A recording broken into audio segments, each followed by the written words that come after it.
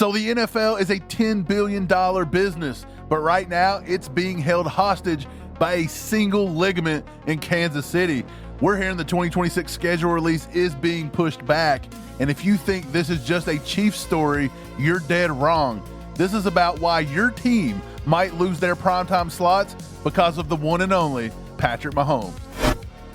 Welcome back to All Chiefed Up, the #1 independent Chiefs channel on YouTube. If you find any value in today's video, hit that like button and subscribe to our channel. Is it fair that the NFL moves the entire league's calendar for just one player? No, probably not. But when that player accounts for nearly 20% of your total jersey sales and half of your primetime ratings, fairness goes out the damn window. This isn't football, it's a Mahomes-based economy. So we're going to talk about the schedule release day, plus the Chiefs wrapped up rookie minicamp this weekend and made some roster moves. So Mike, what in the hell is going on with this schedule, brother? Yeah, it looks like the NFL is looking to move the schedule release back at least 1 week. Mike Florio, John Breach, and even the NFL Vice President Mike North has come out and said that they think the schedule is going to be pushed back to May 18th through the 21st. Mike North was on a podcast recently, and he said this: is there any magic to May 12th, 13th, 14th? No. Is there any real downside to May 19th, 20th, or 21st? No. I don't think it's coming out in June, but I don't know that it's impossible to think that a schedule release could be in the third week of May.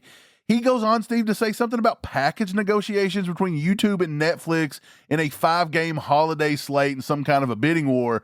But it's actually being reported that it's not nothing to do with that. It is actually about Patrick Mahomes and his knee injury and recovery. Is he going to be able to go in week 1? Is he going to be able to go in September? This is causing lots of massive holdups because nobody wants to invest all that money and get Justin Fields for the first 5-6 weeks of the season.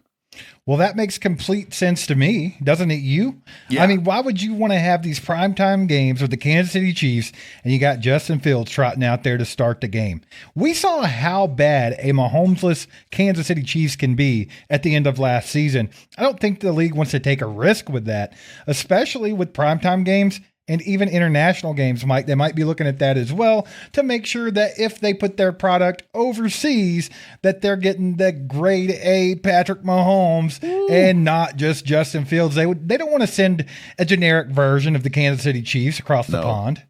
No, absolutely not, man. You've got a little bit of an ad revenue crisis.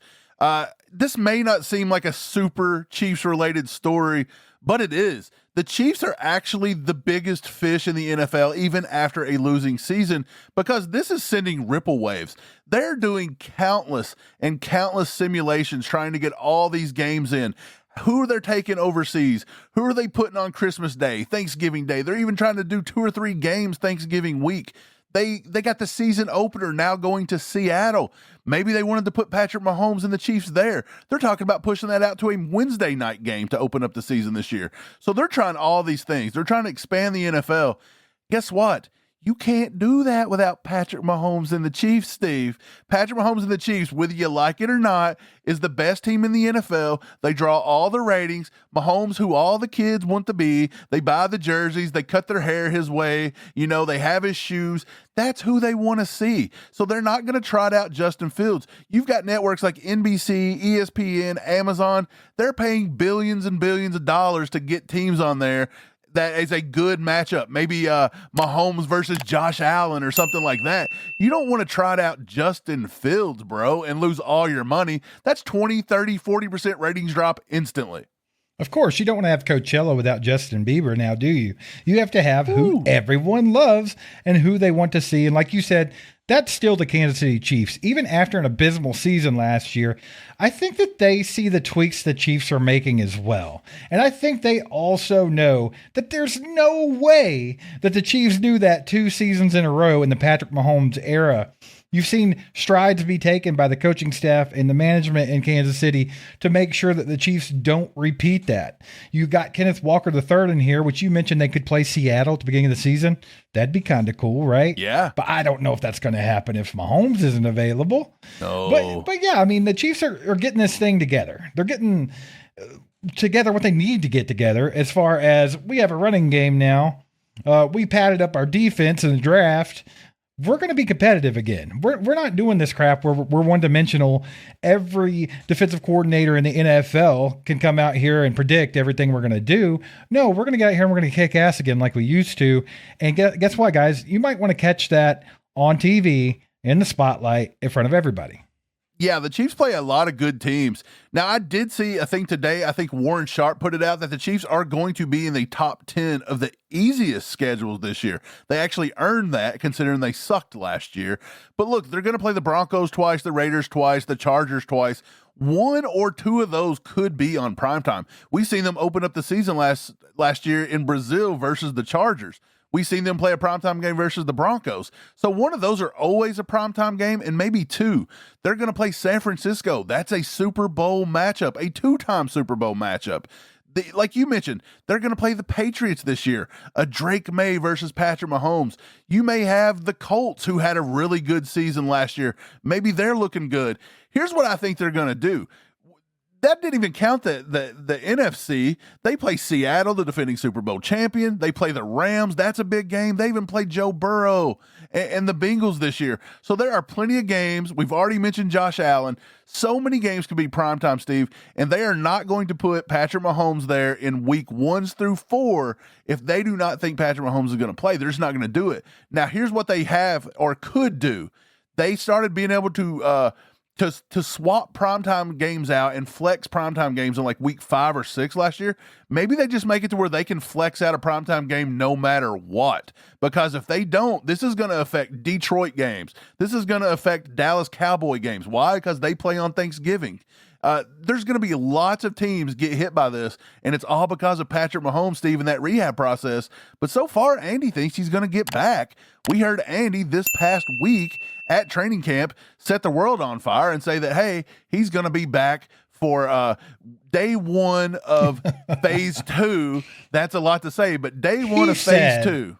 He said he would be able to do some things. Yeah. Okay. And if we put them out there, we have to keep them out there because they have rules. Yeah. That's what Andy had to say. And the media and the internet went wild with it and twisted it into Mahomes is back. He's going to be back. I don't know if he's going to be ready for week 1. I think Mahomes could be. I mean, he's absolutely been ahead of schedule in a lot, like almost every injury he's ever had. Yeah. I think he's been ahead of schedule getting back because Mahomes isn't human. He's just not. But I think he's going to be back there. But if he's gone for, let's say, 4 games, then like you said, the NFL has to figure out something for that month of September. Because if you go back to the 90s, Mike, do you think the NBA would be putting the Bulls in prime time if Michael Jordan was out? No, hell no. Of course not. If that happened, they would go tweak it a little bit and they would have someone else playing. They'd have Patrick Ewing in prime time or somebody like that. You know, they're not going to chance the Bulls getting out there and not performing. I think that's exactly what they're doing here. And it makes sense. And do you think that that's the only reason that they're doing it? Like, do you really think that that's the only reason that they're pushing the schedule release back? Or do you think there's other things in play? Well, they did say it was because of a primetime 5-game package, but I think they're running cover. Well, that kind of links to it. It does, but I think they're running cover a little bit, and I think that the VP let it slip a little bit that Patrick Mahomes was a big factor. The Chiefs were a big factor in this because, again, he mentioned with his own mouth, you don't want to trot out the Chiefs in primetime in the first month of the season and Patrick Mahomes not be there. Was the situation with Patrick Mahomes and the Chiefs and, his coming back from an injury. And like, do you think about that? Do you think about maybe not putting them in the primetime windows as much because what if he's not quite ready? I mean, look, there's got to be a little. He's one of the biggest stars in the league. And I don't think any of us would feel great if, we had him in prime time early in the season and he missed the first 4 weeks or whatever. Right. And that's no slight to Justin Fields or maybe even Garrett Nussmeier, but let's get real. Patrick Mahomes is the show. Patrick Mahomes is the GOAT. He does heal rather well. I think he's going to be back week 1 easily. We've talked about this over and over again. Brady got back on time.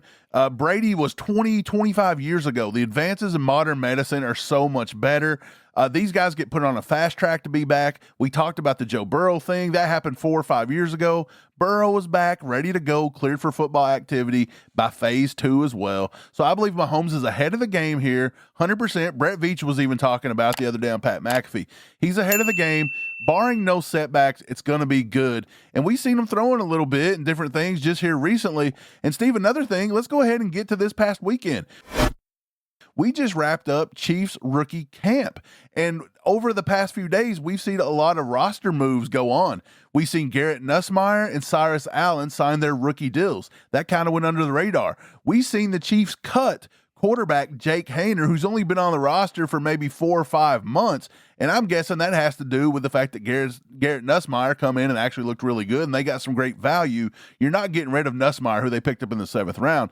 They actually cut Zach Pickens, who is a little bit of a veteran. We thought that he could maybe make some noise late last year, maybe this year, but they're going to go a different direction. They got rid of defensive end Ethan Hurkett, and they also got rid of linebacker Brandon George. That one stings a little bit, Steve. Yeah, I liked Brandon George. A crazy athlete, especially when you need a little linebacker overhaul just a little bit with this team, because they didn't get to re-sign Leo Chanel. And who better to fill those shoes than Brandon George, who was almost, he was just as an elite of an athlete as Leo Chanel. Yeah. Just sucks that didn't work out. But I think overall, over the weekend, Andy Reid kind of seemed the most impressed with Emmett Johnson, probably. Yeah. He talked about him. His eyes kind of lit up, said he reminded him of LaShawn McCoy because of his lateral quickness and his pass protecting abilities and things like that. So I think he's really excited about him. I think that from what I could take away from what Brett Veach has had to say, they're really excited about Cyrus Allen. And these are guys that I think it kind of plays into everything that we've talked about today, because in order for the Chiefs to be the greatest show out there, they have to get back to their prior form, 2 years ago. Yeah. And I think these guys all play a part in that, and the way that the team is kind of shifting their philosophy around running the ball first and then passing the football, which is completely backwards of what Andy Reid wants to do. Also buffing up that defense. I think that this all plays together because, the Chiefs, they're making strides to be a better football team. You don't want to waste any more years of primetime Patrick Mahomes, and the NFL doesn't want to waste any primetime without Patrick Mahomes. Tonight, we're going to do prize picks. We're going to pick us a lineup here. We're going to take Karl Anthony Towns over 14.5. That's a UK basketball boy right there. Jason Tatum, a dookie, but we'll go over 19.5. And then we're going to take Jamal Murray, 21 field goals attempted. I'm going to go less on that. And then another Kentucky boy, Tyrese Maxey, we'll go over 19.5. We're going to go ahead and throw down a one buckaroo, and we're going to submit this bad boy. If you haven't downloaded prize picks, go ahead and do that. Link is in the description. Use code HMA. Steve, back to the show. Right. The Chiefs are trying to do their best to build and to get back on track. We heard Brett Veach tell Pat McAfee the other day that, look, until Patrick Mahomes gets back and gets comfortable, they plan on playing good defense. They plan on running the ball a little more. They've been eyeing Kenneth Walker for months and months. He even said that he messaged Patrick Mahomes when he went on that crazy playoff run, and Walker was out there just tearing it up, and he was like, look, he's going to play himself right out of Kansas City. So they were actually targeting Kenneth Walker back a long, long time ago, probably halfway through last season. So the Chiefs identified that they had a problem in that running back room, and it was so weird because you knew you had the problem. The Chiefs had several opportunities to let guys like Brashard Smith get more carries. Late in the year, you could have let Dameon Pierce come up and play a little bit, but they just chose not to do it. Hell, you could even let Kareem Hunt had more carries as RB1. He showed that he was capable of doing that versus the Colts that week that we won, but we just didn't do it. But they could see that we needed all of that all the way back, probably all of last season. Like, they were not oblivious and blind to it like a lot of the fans thought they were. It was just getting probably Andy Reid to buy in. It was getting Nagy to buy in. I think with bringing over Eric Bieniemy's already told Kenneth Walker that, he's already been calling out stuff that he needs to improve and different things like that, which is hilarious.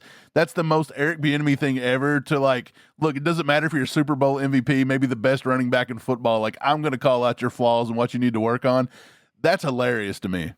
Absolutely. I think that's the main thing that I've noticed from what these rookies have been saying is that they're kind of excited about playing for the Chiefs because they're in an environment where, yeah, Kenneth Walker mentioned like Andy Reid's a laid back coach and he's a really good players coach. Like he cares about you, your background, your personality, what you got going on in your life. And then football becomes second. And I think the players absolutely respect that. But I also heard some of those guys say, hey, this coaching staff, they're the real deal. They want to win. They want almost perfection out of you. And they're never going to give you flowers. They're just not going to do it. Don't expect it. Expect them to tell you what you're doing wrong and where you can improve. And that's what makes a champion. And I think that's exactly right. I think the coaching staff has kind of got back to maybe that position where we have guys in here that are proven damn good coaches that can hold their players to a high standard. We've been looking at guys like Connor Embry, who we don't even know if he held his high school players to a high standard, and it got thrown into the NFL. And then we had what's his name as our running back coach. It was a wide receiver for Pinkston. It's like, dude, everything was just so weird. But now you got Eric Bieniemy back, who is known for accountability. And you know, Eric's probably learned a lot in the last few years of when to tone that down and when not to. And I think that, you know, Andy Reid can be a factor in that for Eric. And then also Chad O'Shea coming over. This is a guy that expects a lot out of his receivers. And I think that he's going to get a lot more out of him than Connor Embry did. And of course, the run game is going to be much more beautiful this year with the enemy back, DeMarco Murray and Kenneth Walker III. And then you got Emmett Johnson. Hey, who are we kidding, man? This team could be really good. Yeah, I think they're going to be good. And they're leaving no stone unturned here. Like they are going after it. They brought in over 100 players this week on rookie camp. They signed a crazy amount of UDFAs. They had some open tryouts. They actually signed a few players from those tryouts. Xavier Lloyd, who is a local Blue Springs kid who played at Missouri, a tall wide receiver. Now, this may be a little shot to the Jeff Caldwell hype because they play the same position. Maybe they seen something in Lloyd that, you know, maybe they liked it, but they signed Xavier Lloyd. I think he's like 6'2", 6'3", 200 some 6'2", pounds. 195. 6'2", 195. Okay, he plays that X style, so I think that's a fine signing. I don't expect these guys to really make that much of a move, but I will say this: Cooper McDonald won a tryout last year, and he made the roster. So it's not. It happens. Yeah, it's not like crazy. They actually added to their secondary as well. They added a versatile piece in Marlon Sewell, a DB. He was showing range all weekend long out there, and they signed Khalil Benson, offensive tackle, out of Indiana. He was a national champion, blocked for Fernando Mendoza.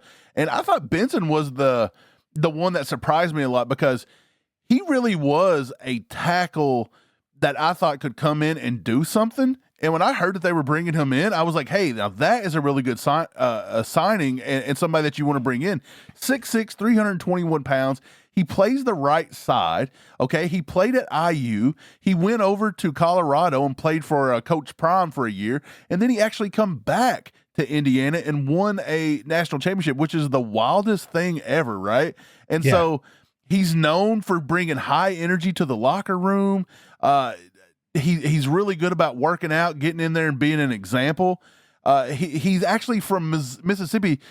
He's got his own Khalil Benson Day, April 21st. So it just happened that we had a Khalil Benson Day down in Mississippi. So I think that this kid could be somebody to watch to maybe be a swing tackle or somebody that could make he's the team. Most NFL ready out of these guys by far. He's only allowed 9 sacks in 3 years in college football. So, I mean, that's pretty good. Well, you go back to Xavier Lloyd. He didn't really produce much in Missouri. He was very limited after his transfer from Illinois State. That's where he had all his production.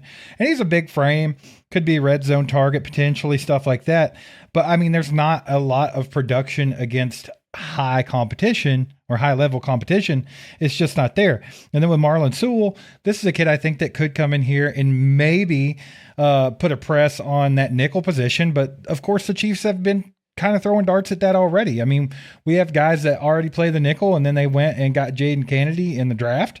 So I think it's a tough road for Sewell as well. But then you start looking at Khalil Benson, Like I said, he's the most NFL ready out of these guys. He's very versatile. The Chiefs love those types of guys that can play pretty much anywhere on the line. Khalil Benson could be a swing tackle in the league. He could be a backup inside offensive lineman. He played both tackle and guard in college. And he's logged full seasons as starters. He's a multi-year starter, so he's got the experience as far as that goes. I think that that's actually a sneaky little signing right there with Khalil Benson too, Mike, because we know they got to do something with the offensive line. There needs to be some depth added probably, and maybe even somebody that can come in and outright take that right tackle position, because I sure don't think that it's set in stone that it's going to be Jalen Moore or Isapole. I think that's wide open. Yeah, I like the Khalil Benson signing. I'd like to see what he does and how he progresses throughout all this offseason workout, how he looks at camp. Another guy, and because we had said that they cut the linebacker that earlier that you really liked. Brandon George, they had cut him, but we had talked about another guy they were bringing in as the UDFA, Wesley Basaint, and we both really liked him. And I wonder if that means that Wesley had a pretty good weekend too, because he flies around. He's got such a high motor. He will hit you. Like when he hits you, like you feel it. Like this dude is insane.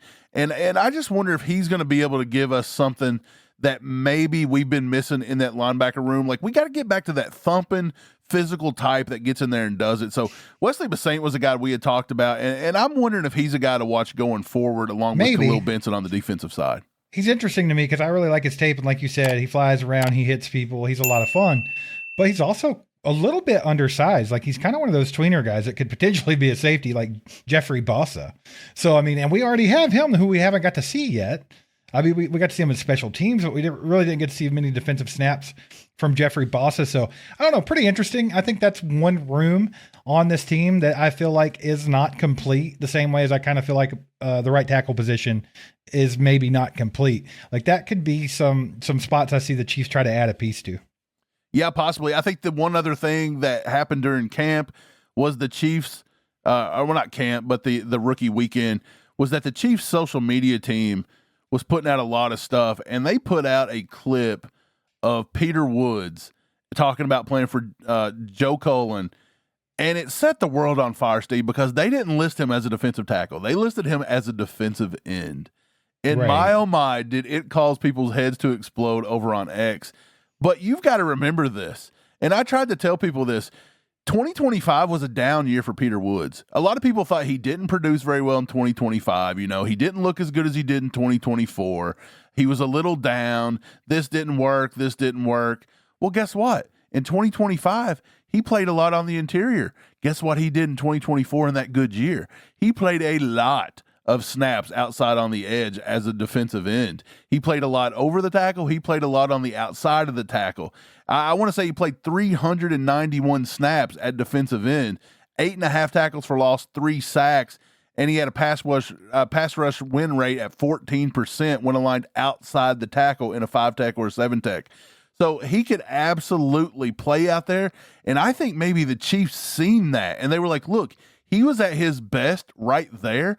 We can rush him off the edge. They've been experimenting with Chris Jones doing this anyway. I think that this could be a guy that they could literally put out and let him play all the time on the edge. Maybe they tip their cards there and they just see him as a defensive end where everybody else was seeing him as a defensive tackle. Well, like I said, Chiefs defense, it doesn't matter what position, they take pride in versatility and the fact that they can move these guys around. They can play a lot of different positions. And here's the thing about it. You mentioned that his 2025 was kind of a down year as far as stats went. There wasn't much production and things like that. Well, let's be real. I mean, it's really hard to rush from the inside and get a lot of stats. Get a lot of sacks. That's what made Aaron Donald insane. That's what makes Chris Jones insane, is the fact that they can do that. But if you go back to a couple of years ago, a lot of Chris Jones' stats were padded by being out there on the outside. A lot of his sacks, a lot of his QB hits, his pressures came from when he was out there against a mismatched tackle. And that's exactly what they're going to do with Peter Woods as well. I don't expect anything less from that. But I do think that Peter Woods is going to be a fun piece to move back and forth. Mike, we've even seen where R. Mason Thomas was listed as an outside linebacker, which made people freak out and be like, oh, we're going to run a 3-4 this year. And you know what? They might. They might run 3-4 and 4-3. There's lots of defenses in the league that are kind of a hybrid that'll go back and forth. That could be something Spags is trying to sprinkle in. Who knows? But there's a lot of really talented, good young pass rushers after this last draft and this last season that, at the last 2 drafts, because we got Omar Norman Lott and Ashton Gillotte the year before last. So it's just like, I think there's so many good players on that defensive line where we have struggled for so long. I think that they'll be willing to kind of manipulate the defense any way they can to get the most out of these players. Yeah, I think if you wanted to look back at a Chiefs team, now I know this wasn't with Spags, but if you let him play on the edge a lot, you're looking at somebody maybe, I don't know if we've had an edge that big that would be that size since maybe Mike DeVito back in like 2015, 2014. Is he Danny's I think brother? Was Mike DeVito. Yeah. 3-4 defensive end. But he kind of has the same skill set as Peter Woods in a way, if you think about it. 300 plus pounds, he's going to be able to hold that point of attack, set that edge. Woods was a little heavier than what DeVito was, I'm pretty sure. I think Woods may have come in closer to 315 even. Woods is probably a lot faster. Yeah, but DeVito was a double-digit sack guy, and you could not get him off the edge. I kind of wonder if the Chiefs are going to play with that a little bit. And like I said, you're listing R. Mason Thomas as an outside linebacker. I don't think they're going to a straight 3-4, but what I think you may see is that he is going to be listed like that because I think Spags is going to find ways to make him do that kind of stuff. He could very possibly just rush from a linebacker position, kind of like the Leo Chenal. He could maybe be put into pass coverage. We know that Spags likes to do that anyways with even his defensive ends. So I think R. Mason Thomas offers you a lot of versatility. But could you imagine, we've talked about this over and over, R. Mason Thomas rushing the passer along with George, along with, Ashton Gillotte even. You've got Chris Jones, Peter Woods. You're going to have tons of guys that you can rush, like constantly. And then Spags likes to bring nickels and corners and all kinds of things. It's possible he could have 7, 8, 9 guys just coming after the quarterback like crazy. It wouldn't surprise me what Spags comes up with. I think they're finding him very versatile pieces. Guys that look like they've been shot out of a cannon. I think they're trying to get a little speed back into this defense. Well, you have to when you fail to produce any kind of pressure on quarterbacks for the last couple of years, and you weren't good at getting teams off the field on third down. I think that goes hand in hand. And that's exactly something that they're going to be working on. Guys, we appreciate you being here. Get in the comments. Let us know how you feel about the NFL pushing back that schedule release. Is it because of Patrick Mahomes and the Chiefs? You let us know what you think about it. Also, how did you like the guys this weekend at the rookie minicamp? Do you like any of the signings? Who are you excited for? All that good stuff. If you're listening on Spotify or Apple, get down there and leave us a 5-star review. And here on YouTube, hit that like button, leave a comment. We'll see you next time. Go Chiefs.